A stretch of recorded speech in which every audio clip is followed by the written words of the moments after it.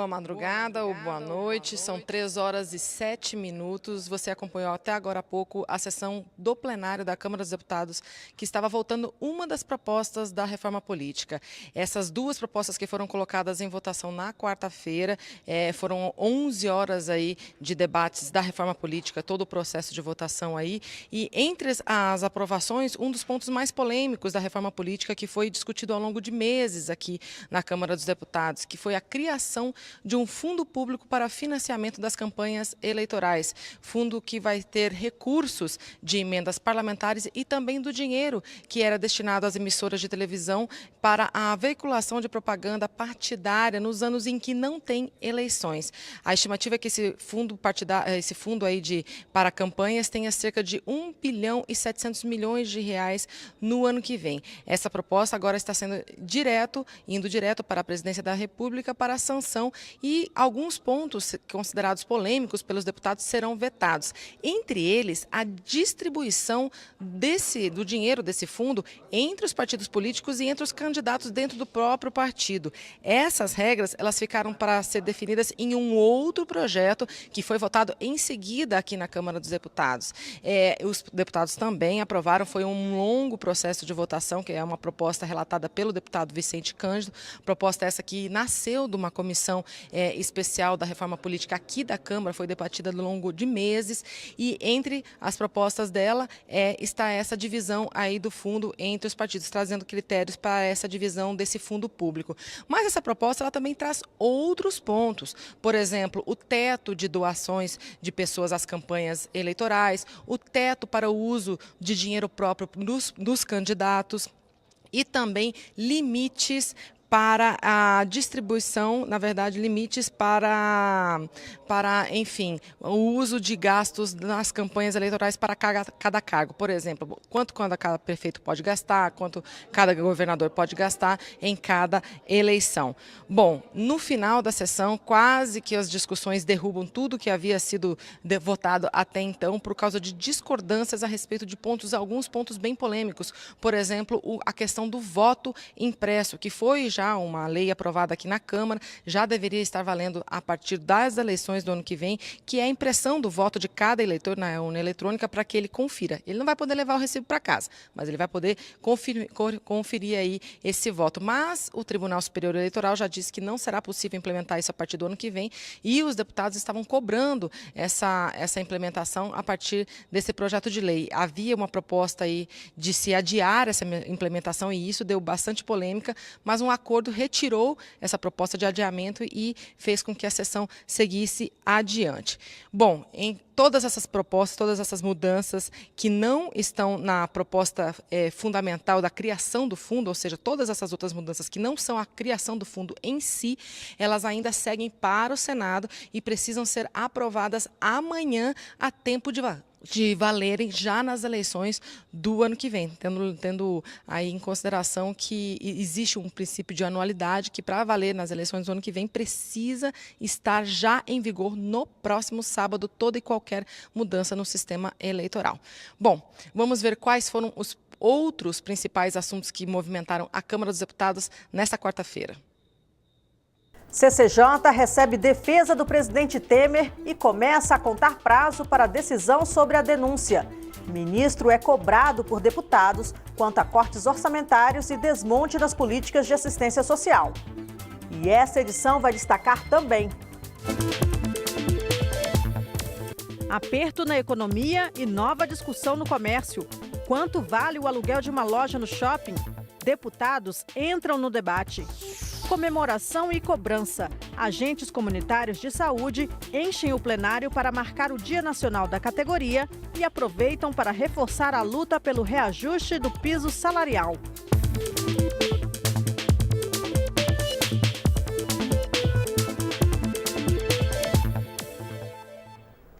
Olá, começa agora o Jornal da Câmara. Advogados entregam à Comissão de Constituição e Justiça a defesa do presidente Michel Temer e de 2 de seus ministros denunciados à Justiça, Eliseu Padilha e Moreira Franco. As 3 autoridades só podem ser julgadas se a Câmara autorizar. Com a entrega da defesa, começa a ser contado o prazo para que a CCJ vote um relatório favorável ou não à denúncia. 3 denunciados e 3 defesas. Elas foram entregues por escrito ao presidente da Comissão de Constituição e Justiça. 3 defesas, mais um discurso. Afinado nas críticas à acusação e ao antigo Procurador-Geral da República, Rodrigo Janot, que foi o autor da denúncia. Trata-se de uma peça absolutamente armada, baseada em provas forjadas, feita com o objetivo claro e até indisfarçado de depor o presidente da República, constituindo, portanto, uma tentativa de golpe no Brasil. O controle da Câmara vai ser muito importante para avaliar todos esses elementos que, na minha opinião, não existem. Começa agora o prazo para que a Comissão de Constituição e Justiça vote um relatório. São 5 sessões do plenário. Tão importante quanto esse prazo é uma divisão interna do PSDB, o partido do relator. Cabeças pretas e cabeças brancas são os apelidos de 2 alas. De um lado, os novatos, cabeças pretas. De outro, os políticos com mais tempo de partidos, cabeças brancas. Os cabeças pretas votaram contra o presidente Michel Temer na primeira denúncia. Eu até me sinto constrangido de dizer que qualquer partido, ou principalmente o PSDB, queira trocá-lo porque acha que ele vai fazer um relatório chapa branca. Isso, na minha opinião, é um desrespeito com o Bonifácio de Andrade e com a sua história. Então, eu pondero aqui que o PSDB, principalmente os cabeças pretas, tenham um pouco de calma. Uma alternativa seria que o relator pedisse licença do partido. Bonifácio avisou. Só sai daqui se o presidente da Comissão de Constituição e Justiça, que tem competência, que me afasta. Se houver pressão, que vai para o lado dele. Do meu lado não vem, não. O presidente da comissão garante, mesmo se ficar licenciado, Bonifácio continuaria relator. Mas já sabe, isso pode ser questionado. Sendo ele um parlamentar ativo, membro da Comissão de Constituição e Justiça, ele está afiliado ao partido, mas seria uma eventual licença, não impediria que ele fosse relator a princípio. Mas se houver algum entendimento contrário e que prevaleça, nós vamos observar o regimento. A emenda constitucional que cria a cláusula de desempenho para os partidos e que proíbe as coligações partidárias nas eleições proporcionais já está em vigor. A promulgação foi feita nesta quarta-feira em sessão do Congresso Nacional. Confira agora este e outros assuntos que movimentaram a Câmara nesta quarta-feira. O Congresso Nacional promulgou a emenda constitucional que cria, a partir do resultado das eleições do ano que vem, cláusulas de desempenho eleitoral para que os partidos políticos tenham acesso ao fundo partidário e ao tempo gratuito de rádio e televisão. A emenda, aprovada pela Câmara no último dia 28, também acaba com as coligações das eleições de deputados e vereadores a partir de 2020. Grafeno, um material de alto potencial tecnológico, foi tema de discussão na Comissão de Ciência e Tecnologia. Derivado do grafite, o grafeno é considerado excelente condutor de eletricidade e calor e tem uma imensa gama de aplicações. Os expositores explicaram que o Brasil é um grande produtor de grafite e detém uma das maiores reservas mundiais do mineral. Os especialistas enfatizaram a importância do apoio do governo federal no investimento no desenvolvimento do grafeno no país. 3 comissões da Câmara se reuniram para discutir mobilidade e acessibilidade para idosos e pessoas com deficiência.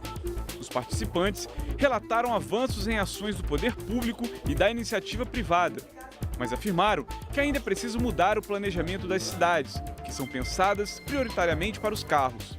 Outro problema apontado foi a má conservação das calçadas. O ministro do Planejamento, Diogo Oliveira, afirmou que a economia do país saiu da recessão e que deve entrar em um novo ciclo de crescimento. Segundo ele, a retomada do crescimento está baseada em fundações sólidas e não em incentivos temporários ou aditivos econômicos. O ministro disse aos deputados que o maior desafio econômico é o ajuste fiscal para colocar as despesas dentro das receitas.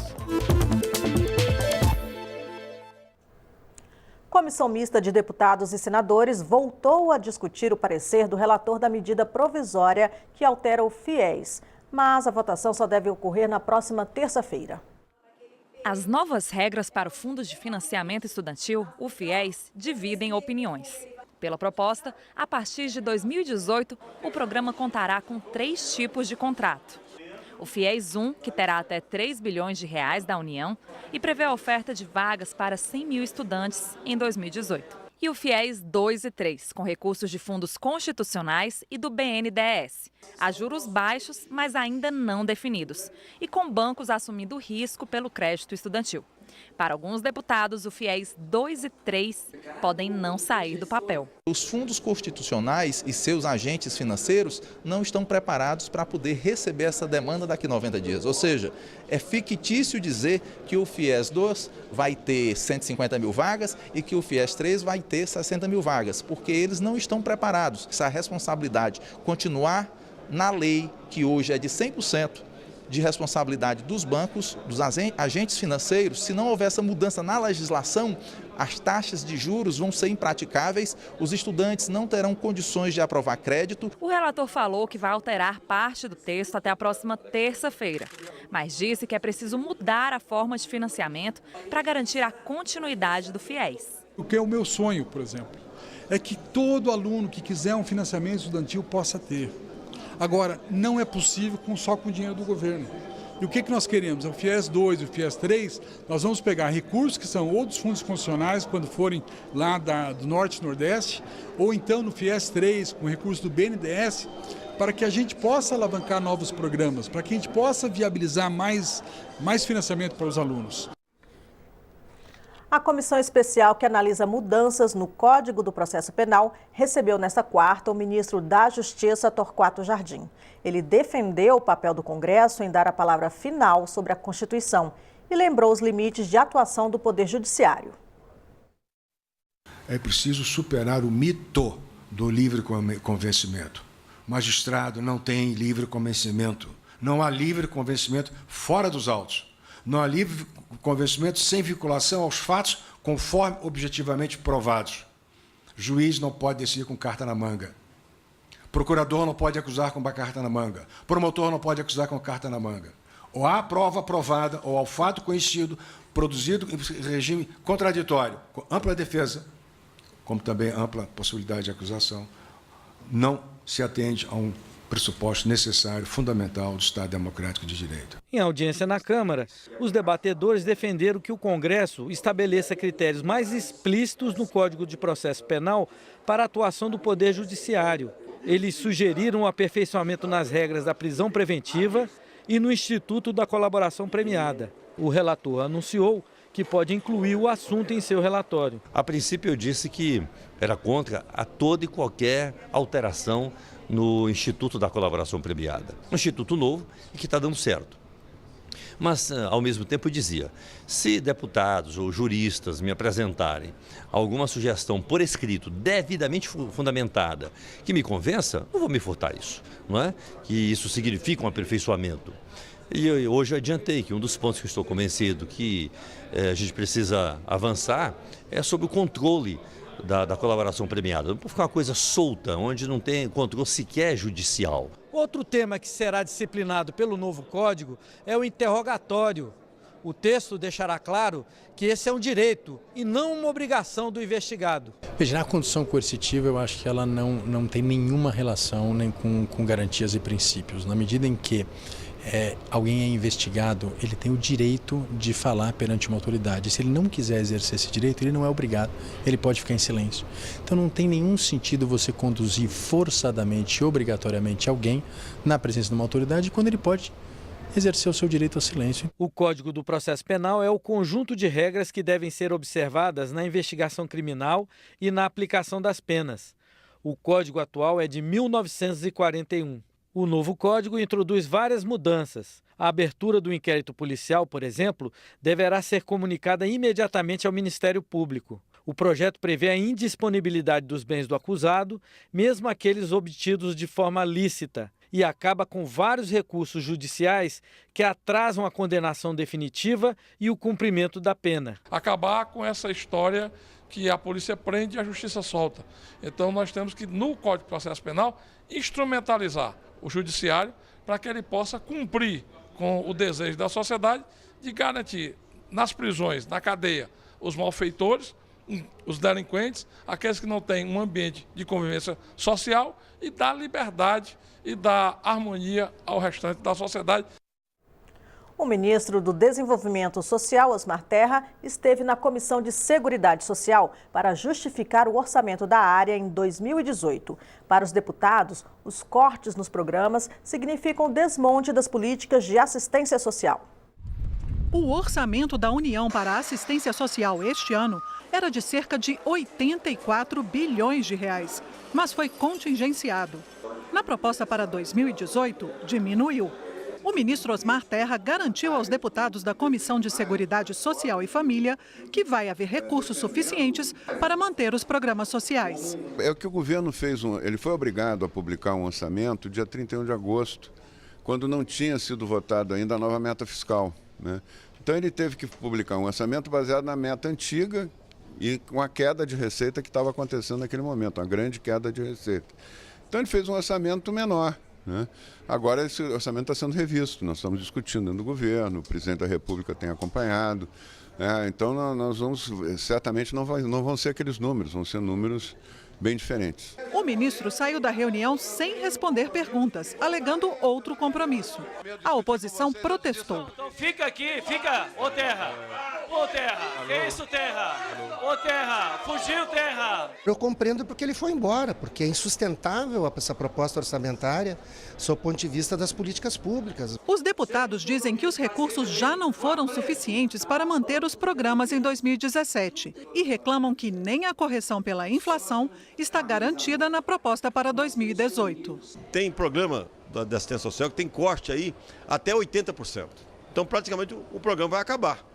Então, não podemos concordar com isso. São pessoas que realmente precisam desse apoio. Nós temos que ter essa clareza se o dinheiro que está proposto vai dar pelos compromissos que já estão previstos, né? E temos que garantir pelo menos isso. Sabemos que temos um momento econômico extremamente complexo no país, mas não há como recuar no orçamento de 2017, pelo menos. O parâmetro tem que ser aquilo que nós já temos. Os deputados decidiram uma série de ações junto ao governo e a apresentação de emendas ao orçamento para garantir a recomposição dos valores. Quem circula pelos grandes centros comerciais costuma se espantar a ver lojas fechadas ou espaços privilegiados sem ocupação. A questão aí é o valor que o lojista tem que pagar para abrir o seu negócio num shopping center. Nos últimos meses, com o aperto da economia atingindo o comércio, cresceu também o debate sobre esses valores. E esse questionamento chegou à Câmara. Veja o que disseram os deputados integrantes do setor lojista.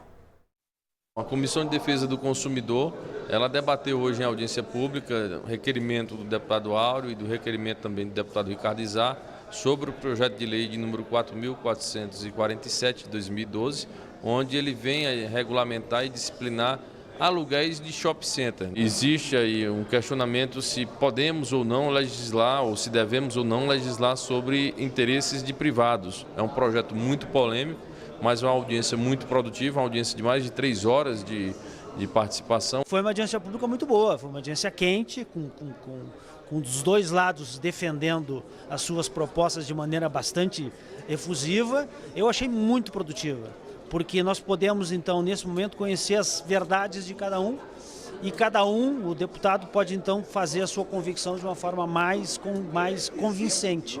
De 2014 para cá, as nossas vendas estacionaram do lojista pequeno e os custos de aluguel e fundo de promoção e condomínio subiram na média de 25%.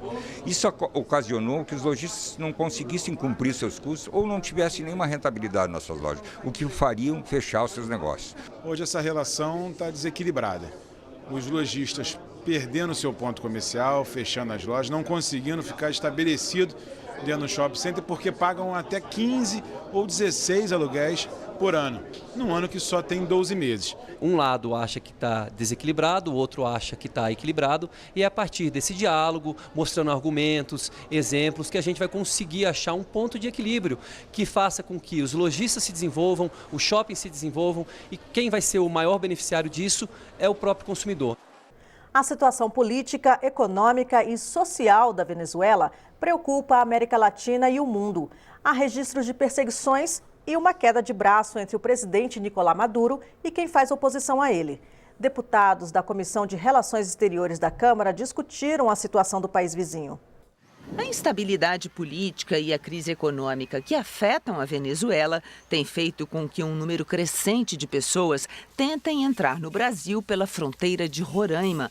Nos primeiros 6 meses de 2017, a Polícia Federal recebeu 3.500 pedidos de refúgio a mais do que em todo o ano de 2016. O ponto de vista que eu tenho defendido nesta comissão é de que pode eventualmente estar havendo excessos de parte a parte, mas não há solução para o problema da Venezuela que não seja pela via democrática, pela via do respeito às instituições, ao jogo democrático, ao jogo da disputa democrática do poder. O que acontece lá não é democracia, é um golpe. Infelizmente lá eles conseguiram tomar todas as instituições, tanto o judiciário está contaminado pelas hordas narcoditatoriais do governo Maduro, quanto o legislativo, que eles tentam desmontar o tempo todo, onde ainda tinha uma oposição tentando sobreviver, quanto o executivo, coitado, o executivo lá não existe. Convidado da audiência pública, o ex-ministro de Relações Exteriores do Brasil,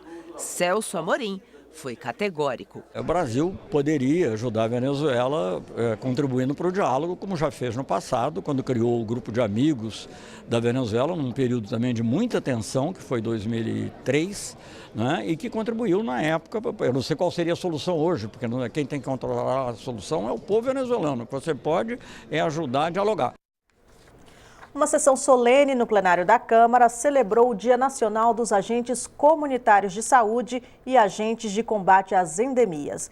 Eles aproveitaram para cobrar a votação da PEC 22, a proposta de emenda constitucional que fixa o reajuste do piso salarial da categoria de acordo com o Índice Nacional de Preços ao Consumidor, o INPC, e ainda estabelece em 1º de janeiro a data base da categoria.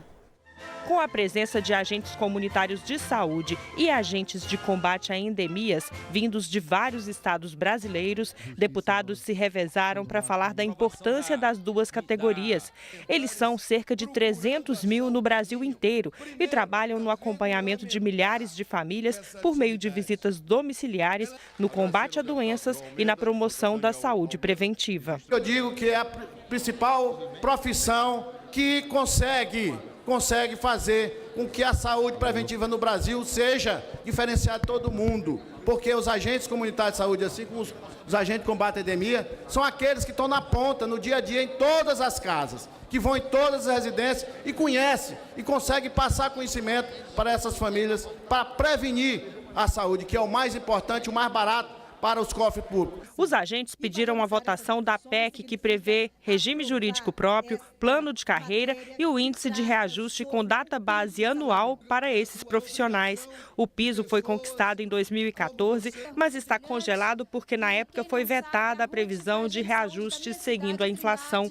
Eles cobraram também a suspensão da portaria do Ministério da Saúde, que reformulou a Política Nacional de Atenção Básica, flexibilizou o uso dos recursos repassados pelo governo federal para os municípios e permitiu a redução do número de agentes nos postos de saúde. Ainda esse ano, pedimos aqui aos deputados que nos dê o direito de reajustarmos o piso salarial nacional, pautando e aprovando a PEC 22, a PEC da dignidade, a PEC do reajuste do nosso piso.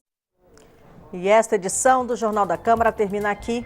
Para outras informações, é só acessar o nosso portal na internet. A gente se vê na próxima edição. Até lá. Tchau.